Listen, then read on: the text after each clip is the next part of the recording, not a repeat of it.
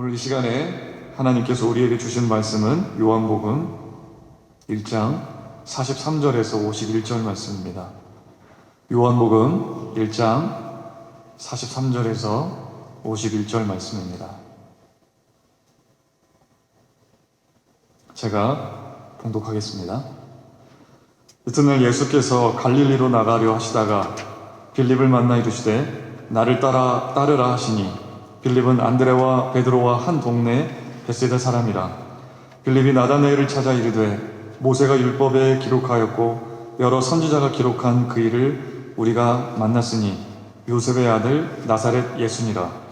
나다나엘이 이르되 나사렛에서 무슨 선한 것이 날 수 있느냐. 빌립이 이르되 와서 보라 하니라. 예수께서 나다나엘이 자기에게 오는 것을 보시고 그를 가리켜 이르시되 보라, 이는 참으로 이스라엘 사람이라. 그 속에 간사한 것이 없도다. 나다나엘이 이르되 어떻게 나를 아시나이까. 예수께서 대답하여 이르시되 빌립이 너를 부르기 전에 내가 무화과 나무 아래에 있을 때에 보았노라. 나다나엘이 대답하되 라비여, 당신은 하나님의 아들이시요 당신은 이스라엘의 임금이로소이다. 예수께서 대답하여 이르시되 내가 너를 무화과 나무 아래에서 보았다 함으로 믿느냐. 이보다 더 큰 일을 보리라. 또 이르시되 진실로 진실로 너희에게 이르노니 하늘이 열리고 하나님의 사자들이 인자 위에 오르락 내리락 하는 것을 보리라 하시니라. 아멘. 하나님의 말씀입니다.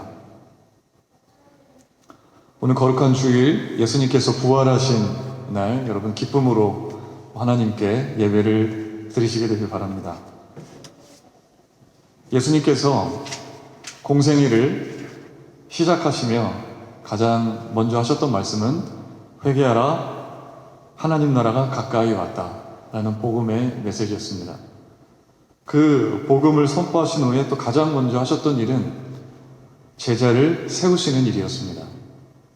사람을 부르셔서 가르치시고 주의 이름으로 이 주님의 부르심을 받은 사람들이, 가르침을 받은 사람들이 주의 이름으로 세례를 베풀고 주의 제자를 많은 사람들로 하여금 제자 삼도록 세상으로 파송하신 일을 예수님께서 하셨죠. 언제나 하나님은 사람을 통해서 일하셨습니다.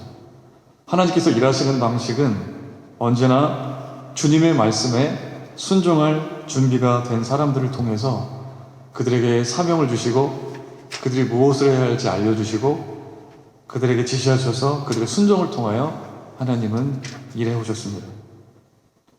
특별히 예수님은 세상을 구원하시기 위해서 많은 기적을 베푸시기도 하셨고 십자가를 지시고 아주 놀라운 그런 일들을 하시는 동시에 12명의 제자들을 특별히 불러 세우시고 이들을 가르치셔서 이들을 통해 하나님 나라의 놀라운 복음이 선포되어지도록 하셨습니다.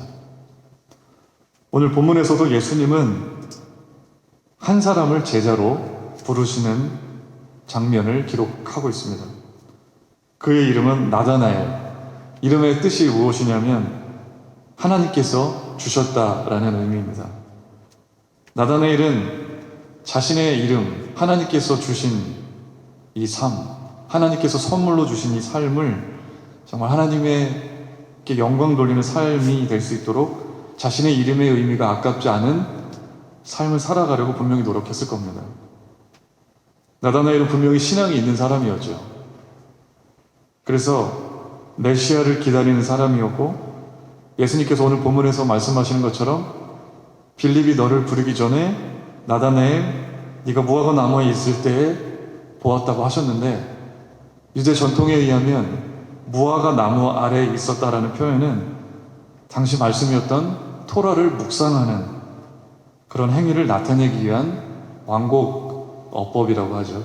그러니까 어떤 사람에 대해서 저 사람은 무화과 나무에 아래에 있었습니다 라는 표현은 저 사람은 토라를 묵상하고 있었습니다 라는 표현이라는 거죠.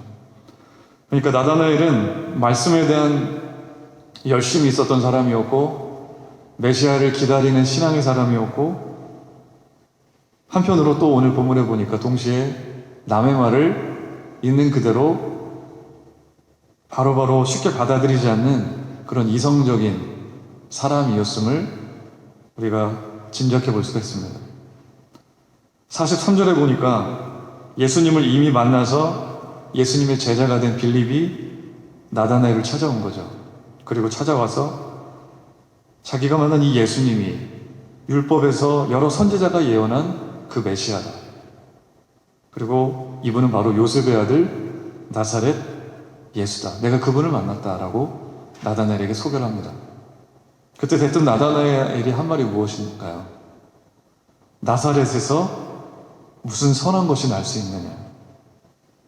나사렛에서 어떻게 이 이스라엘이라는 나라를 회복하고 이스라엘 백성들을 다시 하나님 백성답게 살아갈 수 있도록 하는 그런 메시아가 어떻게 나사렛에서 나올 수 있는가라는 그런 의문 섞인 질문을 던진 거죠. 지금으로 말하면 어떻습니까? 어떻게 그러한 촌동네에서 달동네에서 판자촌에서 대통령이나 장관이 나올 수가 있나? 개천에서 용 난다는 말은 옛말이지. 인류 명문대 가려면 좋은 판사, 의사 이런 좋은 직업을 가지려면 강남이나 목동 학군에서 학교를 다녀야지 어떻게 그런 깡촌에서 그런 훌륭한 사람이 나올 수가 있어 라고 하는 그런 말이죠. 근데 나다나엘이 사실 이렇게 말할 만도 한 것이 나사렛이라는 동네는 굉장히 시골이었어요. 종교적으로나 정치적으로도 전혀 중요한 부분이 전혀 없는 지역이었어요. 그래서 구약성경 어디를 봐도 탈무드를 봐도 성경을 주석한 미드라시 이런 당시의 어떤 저작들에도 나사렛에 대한 언급이 전혀 발견되지 않았는 거죠. 미가서에 보면 메시아가 태어날 곳으로 베들레헴이라는 지명이 나오거든요. 근데 선지서 어디를 봐도 메시아가 나사렛에서 나을 곳이라는 예언은 전혀 찾아볼 수가 없어요. 제가 성경으로 나사렛 구약에 나오는 점 찾아봤거든요. 없더라고요, 정말. 근데 사실 예수님은 미가서에서 예언된 것처럼 베들레헴에서 태어나셨고 나중에 예수님께서 설명하시기를 우리가 구약 성경에는 기록이 되어 있지 않지만 어떤 선지서들 중에 당시에 읽혀졌던 선지서들 중에 나사렛 사람이라 칭하여야 하리라는 그런 선지자의 예언의 말씀을 이루시기 위해서 나사렛에서 자라나셨다고 하는 것을 예수님이 설명하시는 그런 내용이 복음서에 나옵니다. 나다나엘은 성경을 묵상하는 일에 열심히 사람이었고 메시아를 기다리는 진리에 관심을 가지고 있는 또 그것을 추구하는 사람이었지만 편견에 사로잡혀 있던 사람이었어요. 어떻게 그런 시골 동네에서 나사렛이라는 동네에서 듣도 못한 그런 곳에서 그런 메시아가 나올 수 있는가? 우리도 이런 사고에 잡혀있을 때가 많지 않습니까? 어떻게 이런 작은 보잘것없는 일에서 하나님께서 역사하실 수 있겠어? 이렇게 한다고 되겠어? 코로나로 만나기 어려운데 교회가 어떻게 부흥할 수가 있고 전도가 되겠어? 내가 사정이 이런데 기도한다고 뭐가 되겠어? 뭐가 달라지겠어? 일이 이 지경이 되었는데 하나님이 어떻게 내 삶을 도와주실 수 있겠어? 교회 규모가 그리 크지 않은데 이런 교회를 통해서 하나님이 크게 일하실 수 있을까? 그러나 그렇지 않다는 거죠. 하나님은 세상에 미련한 자들을 택하셔서 지혜 있는 자들을 부끄럽게 하시는 분이시고 약한 것들을 택하셔서 강한 것들을 부끄럽게 하시는 분이 하나님이시라는 말씀을 사도 바울은 했습니다. 하나님은 사람들이 전혀 상상할 수 없는 방식, 비록 지금 우리가 당연한 것처럼 여기지만 당시 예수님이 오셨을 때 전혀 사람들이 상상할 수 없는 방식으로 독생자의 십자가의 죽음을 통해서 영원한 생명의 길을 여신 거죠.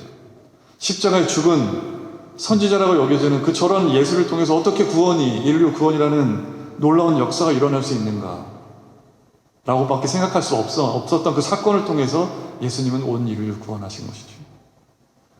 사람들이 경멸하는 참혹한 십자가를 통해서 인류의 구원이라는 놀라운 역사를 이루셨습니다. 하나님 나라는 어떤 거창한 것으로 시작하는 것이 아니라 비록 보잘것없고 가능성 없어 보여도 지극히 작은 미랄과 같은 아주 조그마한 작은 믿음이 있는 곳에서 시작되고 자라는 거예요. 예수님은 하나님 나라를 한 사람 한 사람 부르시고 그 한 사람에게 복음을 전하시고 이 사람이 제자로 길러내는 일을 통해서 하나님 나라를 이뤄 가시려고 하셨어요. 하나님의 능력은 인간의 제한된 사고와 편협한 생각에 제한되지 않고 결코 갇히지 않고 역사하시는 능력이 하나님이 베푸시는 능력이라고 하는 것입니다. 그래서 우리는 아주 지극히 작은 일을 바라보면서 나사렛과 같이 반응하면 안 되는 거예요. 어떻게 저런 곳에서 이런 일이 일어날 수 있겠어요? 어떻게 나같이 보잘것없는 사람을 통해서 하나님이 일하실 수 있겠어요? 어떻게 저렇게 보잘것없어 보이는 행색이 학력도 낮고 어떻게 저렇게 초라해 보이는 사람을 통해서 하나님이 일하실 수 있겠어요? 그러나 그렇지 않다는 거라. 우리가에게 필요한 태도는 하나님의 능력을 우리의 인간이 가진 사고로 제한하지 않고 하나님의 놀라우신 섭리가 우리가 이해할 수 없더라도 하나님은 하실 수 있다라는 그런 믿음을 가지고 오직 순종하는 것, 그것이 우리들에게 필요한 믿음의 자세라고 하는 것입니다. 어떻게 나사렛에서 무슨 선한 것이 날 수 있느냐라는 나다나엘의 말에 빌립은 어떻게 얘기했습니까? 어떻게 반응했습니까? 말로 논쟁하지 않고 이렇게 말하죠. 와서 보라. 와서 예수님을 한번 만나봐라. 예수님께 가서 그분을 만나보라고 권면하고 있습니다. 아무리 예수님에 대한 지식이 많아도 오래 신앙생활을 했어도 예수님에 대한 믿음이 없고 예수님을 인격적으로 만난 체험이 없는 사람은 예수님에 대해서 잘 안다고 할 수가 없어요. 아니, 여전히 모르는 것 같아요. 교회에 와서 설교도 듣고 자리를 채우지만 예수님을 인격적으로 만나는 그런 만남이 없이는 예수님을 우리가 안다고 할 수가 없는 거예요.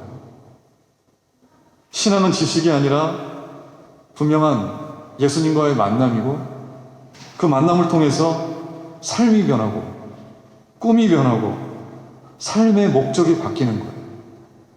그분과의 만남이 있을 때 그동안 우리가 깨닫지 못했던 우리의 죄악과 또 우리의 어떤 잘못된 사고들, 세상적인 세속적인 사고들, 그런 것들을 하나님께서 바라보게 하시고 이것이 내가 죄악으로 생각지 못했던 건데 죄라고 깨닫게 하시고 그 죄를 정말 예수님만이 해결할 수 있구나 라는 것을 알게 하시는 것이 예수님을 만났을 때 우리에게 주시는 깨달음의 은혜라고 하는 것입니다. 예수님에 대해서 많이 듣고 알아도 예수님을 만나지 못한 사람은 예수님을 전할 수가 없어요. 전할 내적인 동기도 없고 열심도 없기 때문입니다. 그러나 예수님을 만나서 그 만남을 통해서 예수님을 정말로 아는 사람은 예수님을 전하지 않을 수가 없어요. 가장 값진 것을 인생에서 발견하고 그것을 알려주고 싶고 또 예수님이 그거를 알려주는 것을 가장 기뻐하시는 것을 알기 때문에 예수님은 와서 보고 만나주실 때, 만날 때 알 수 있는 분이에요. 그래서 우리는 자주 예수님께로 와서 그분을 배워야 돼요. 그분께 와서, 예수님께 와서 뵐 때 우리의 인생의 앞날이 보이고 인생에서 무엇이 가장 소중한 것인지 다시금 우리의 우선순위가 바뀌게 되고 내가 가진 지금의 문제가 내가 끙끙 앓았지만 예수님께 가서 예수님을 만나고 예수님을 봄으로 인해서 내 인생의 문제가 어떻게 해결되어야 될지 보이게 되고 때로는 그 문제가 전에는 문제처럼 여겨졌지만 예수님을 만나니까 문제가 아닌 거로 알게 되고 아플 때 나음을 잊게 되고 인생이 정말 외롭다고 느껴질 때 결코 외롭지 않고 함께 동행하여 주신다는 것을 알게 되고 깨닫게 되는 게 예수님을 만날 때 우리가 얻는 은혜입니다. 인생의 목적이 나 자신의 입신 양명을 위해서 있는 것이 아니라 내 자신을 주님께 드릴 때 그 안에서 참다운 그 어떤 곳에도 비할 수 없는 아름다운 삶의 궁극적인 의미가 있다는 것을 발견하게 되는 것, 그게 바로 주님께 와서 주님을 보고 주님을 만날 때 나타나는 일입니다. 주님은 우리에게 명령하실 때도 있습니다. 주님은 저리로 가라, 저리로 가서 내가 행할 것을 하라고 말씀하시기도 하시지만, 주님은 그렇게 가라고만 하시는 게 아니라 나에게 와서 나와 만나고 나로 함께 내가 주는 은혜를 누리라고도 하시는 분이 바로 주님이신 거죠. 신앙은 지식이 아니라, 물론 지식도 신앙의 부분이겠지만, 암도 신앙의 한 부분이지만 그것만으로 신앙을 이야기할 수가 없습니다. 예수님께로 오는 것이고 예수님을 보는 것이고 만나는 것임을 여러분 믿으시기 바랍니다. 제가 전에도 말씀을 드렸지만 제가 신학교를 들어가고 나서 정말 많은 신학 공부를 했어요. 머리로는 하나님에 대해서, 예수님에 대해서 많은 것을 배웠지만 예수님께 와서 예수님을 보고 예수님을 만나는 그런 영성적인 부분에서는 많은 노력을 기울이지 않았어요. 그래서 머리로는 지식이 많아지니까 교회 목사님들 설교를 들을 때마다 판단하는 거예요. 해석하고 때로는 저건 아닌데 비판하게 되고, 은혜가 되겠어요, 설교가? 그렇게 시간을 보내고 졸업하고서 인턴 전도사로 사역하면서 정말 많이 힘들었어요.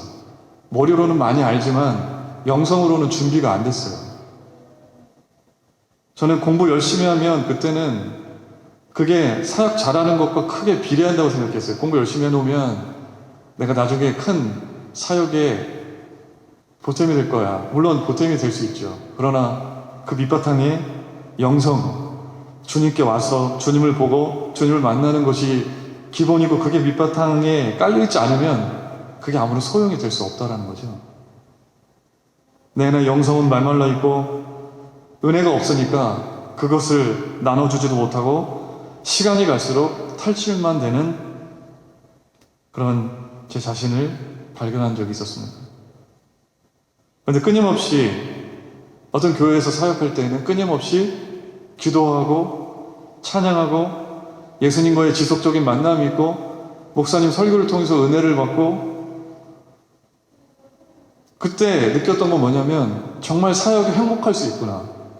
비록 육신적으로 계속해서 뛰어다니는 사역으로 인해서 육신은 피곤하지만 새벽에 일찍 나가서 새벽 기도를 계속 드려야 하고 철야 기도에 정말 많은 육신적인 한계에 부딪히지만, 그러나 은혜를 받으면 예수님과의 끊임없는 만남이 있으면 그래도 사역은 행복할 수 있구나 깨달은 적이 있습니다. 인생이 정말 행복하기 위해서는 예수님과의 만남이 우리의 삶 속에 있어야 됩니다. 와서 보라.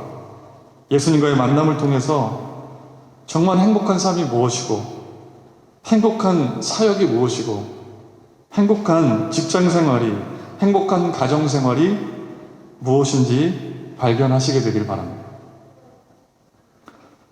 나사렛에서 어떻게 선한 것이 나올 수 있겠어? 라고 했던 나다나엘에게 예수님은 어떻게 반응하셨나요? 3가지 반응을 하셨습니다. 첫 번째로 이렇게 말씀하셨습니다. 그 속에 간사한 것이 없다. 오늘 본문의 말씀 47절 말씀에 후반부에 보라 이는 참으로 이스라엘 사람이라 그 속에 간사한 것이 없도다 라고 말씀하셨거든요.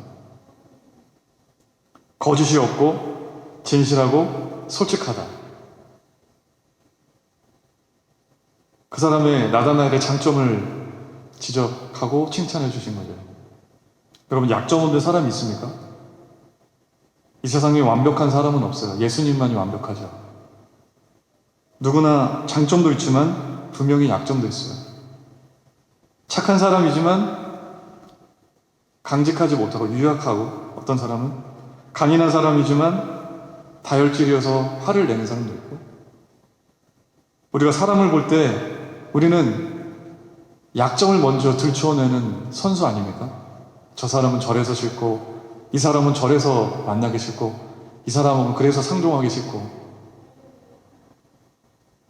장점을 봐주고 이해해주고 약점을 가려주기보다 싫은 구석을 찾으면서 멀리하는 게 우리 인간관계예요. 그런데 예수님은 그렇지 않다는 거죠. 약점과 허물을 다 아시지만 겉모습이나 외모뿐만 아니라 그 한 사람의 내면에 어떤 추악하고 더러운 죄악이 도사리고 있는지 다 아시지만 그 사람이 가진 장점을 바라봐 주시고 이 사람이 은혜를 받아서 어떻게 그 사람의 내면이 바뀌고 뒤집어질지 그 사람의 장점을 바라보시고 그것이 극대화될 수 있도록 그것이 하나님이 그 사람의 장점을 하나님이 사용하실 수 있도록 가능성을 바라봐 주시고 그 장점을 칭찬해 주시는 분이 바로 예수님이라고 하는 거죠. 우리가 읽은 본문 앞절에 예수님께서 시몬에게 뭐라고 별명을 지어주셨나요? 장차 게바라 하리라 라고 하셨거든요. 게바가 뭡니까? 베드로라는 의미입니다. 반석이라는 의미죠. 반석과 같은 사람이 될 거다. 시몬이. 나중에 3번 부인하고 물 위를 걸어오시는 예수님께 간다고 가다가 물에 빠지기도 했던 성질 급한 즉흥적인 그런 약점이 있는 사람임을 예수님께서는 정확히 아셨지만 예수님은 좋은 점을 바라봐 주시고 네가 지금은 모르겠지만 네가 앞으로는 게바라 불릴 거야. 베드로라 불릴 거야 라고 하시면서 축복해 주셨어요. 우리가 죄가 많고 허물이 많은 것을 아셨지만 그래도 우리를 구원하시고 우리에게 허락하신 우리가 소유한 좋은 장점들을 잘 살리면서 살아갈 수 있도록 이끄시는 분이 하나님이시라는 것입니다. 그래서 우리가 인생에서 내가 그럴 때 있잖아요. 내 인생이 참으로 공허하고 내가 이렇게 살아가는 게 맞는 걸까?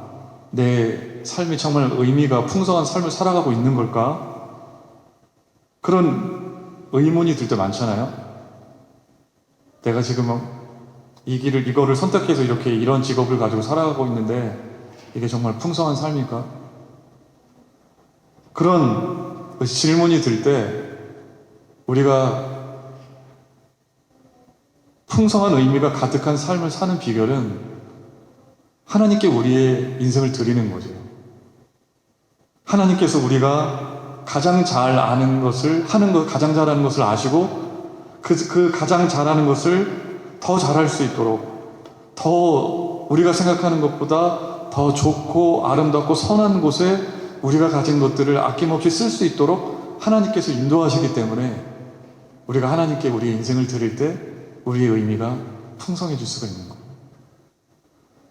우리가 세상에서 좋은 직책, 좋은 직위, 정말로 많은 부와 좋은 것을 얻으려고 아둥바둥 살아도 나중에 우리가 정말 하나님과의 관계가 없으면 허무해지고 공허해질 수밖에 없지만 비록 가진 것 없고 초라해 보이지만 내 삶에서 내 인생을 하나님께로 드리기로 작정하고 성실하게 한 걸음 한 걸음 살아가는 그 삶을 하나님께서는 기뻐하시고 그런 삶 속에서 우리는 정말로 너무나 풍성한 의미를 발견할 수가 있는 거예요.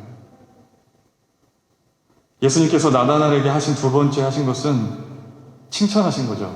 아까도 네 속에 간사한 것이 없다라고 말씀하시면서 좋은 장점을 끄집어내시고 그것을 격려해 주시면서도 또 이스라엘 사람이라고 칭찬해 주셨어요.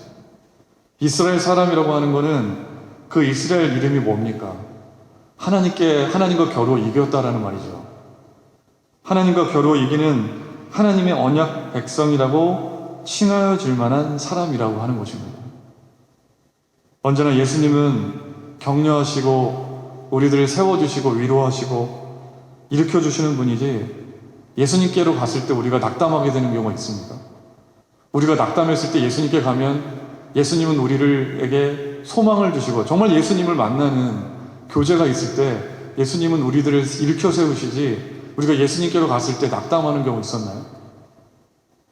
예수님은 우리가 그분께로 가면 그분과의 정말 진정한 만남이 있는 교제로 들어가게 되면 주님은 우리를 언제나 세워주시고 발 아래를 보는 게 아니라 하늘을 바라보게 하시고 절망하게 하는 게 아니라 희망을 가지게 하시고 나를 향하신 분명한 뜻이 무엇인가를 깨닫게 해주시는 은혜가 있어요.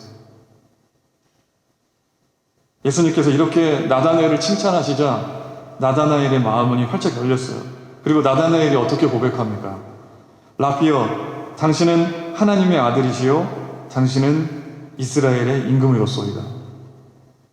예수님과의 짧은 대화지만 예수님과의 만남을 통해서 나다나엘은 예수님이 누구신지 분명히 알게 되고 예수님을 이렇게 고백하게 된 거죠. 예수님은 마지막으로 나다나엘에게 세 번째 뭐라고 말씀하셨습니까?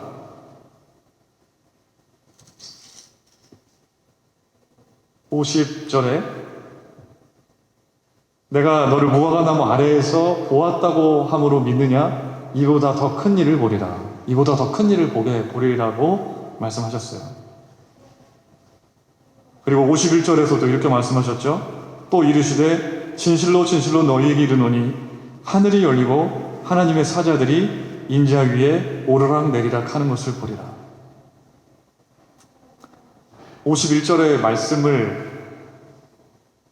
보게 되면 야곱이 에서에게 도망해서 외삼촌 라반의 집에 가는 길에 한 곳에서 유숙하면서 꿈을 꿨잖아요. 그 꿈을 꾸면서 어떤 꿈을 꾸었냐면 천사들이 사닥다리에서 와 오르락내리락 하는 것을 꿈을 꾸었어요. 그 내용이 연상이 됩니다. 그리고 이 야곱이 그곳 이름을 베델이라고 하죠. 하나님의 집이라는 이름을 짓게 됩니다. 예수님이 이 말씀을 하신 이유는 예수님은 하늘과 땅을 연결하는 사다리와 같은 중보자가 되셔서 예수님으로 인해서 전에는 하늘의 문이 열리지 않았지만 예수님으로 인해서 하늘 문이 열려지고 예수님으로 인해서 하나님을 만날 수 있게 되고 예수님으로 인해서 하나님께서 주시는 구원을 누릴 수 있는 역사가 일어났다라고 하는 것입니다. 인간의 마음을 통찰하시는 것을 넘어서서 예수님을 본 사람들이 하나님을 본 사람과 같고 예수님이 이루시는 기적과 말씀과 삶이 하나님의 말씀 그 자체이고 십자가의 죽으심을 통해서 영원한 생명이 우리들에게 주어졌다는 놀라운 비전을 예수님을 만나게 될 때 바라볼 수 있게 된다는 거예요. 그래서 주님은 우리를 제자 삼으실 때 우리의 마음에 있는 모든 것을 아시고 칭찬해 주시고 격려해 주시고 또 비전도 주시는 분이 바로 예수님이라고 하는 거죠. 사랑하는 우리 소명교회 성도 여러분, 예수님은 제자를 부르실 때 제자들의 모든 것을 그 내면까지도 알아주시고 또 좋은 점을 찾아주시고 격려해 주시고 칭찬해 주셔서 그리고 또 큰 비전을 허락해 주셔서 제자를 삼으시는 분이신 줄 믿으시기 바랍니다. 오늘날에도 예수님은 우리들을 주님의 제자로 부르고 계시고 있습니다. 그리고 비전에 예수님께서 우리들에게 주신 그 놀라운 구원의 비전을 바라보는 삶으로 우리들을 부르고 계십니다. 우리가 주님의 제자가 되어서 놀라운 구원의 비전을 함께 꿈꾸고 그분을 위해서 헌신할 수 있는 그런 행복의 자리로 초청하실 때 우리가 아멘으로 화답하게 되는 우리가 모두가 되기를 주님의 이름으로 축원합니다. 함께 기도하시겠습니다. 사랑해 주님 감사합니다. 오늘 말씀을 통해서 한 사람의 제자를 온전히 세워주시고 그를 만나주시고 그 내면의 여러 가지 것들을 아시고 칭찬해 주시고 가진 장점을 봐주시고 축복해 주시는 또 비전을 주시는 그리하여 온전한 제자로 삼으시는 예수님의 제자의 부르심을 우리가 함께 배웠습니다. 예수님은 우리들에게도 그렇게 제자로서 초청하시는 줄로 믿습니다. 하나님, 우리가 주님의 제자가 되어서 우리가 와서 보라, 늘 예수님께로 와서 예수님을 보고 예수님을 만남으로 인해서 예수님께서 우리들에게 허락해 주시는 풍성한 은혜 가운데 예수님의 제자로서 또 예수님께서 보여주시는 그 놀라운 구원의 비전을 함께 바라보면서 제자로서의 삶을 온전히 살아갈 수 있도록 주님 이끌어 주시옵소서. 예수님의 이름으로 기도드립니다. 아멘.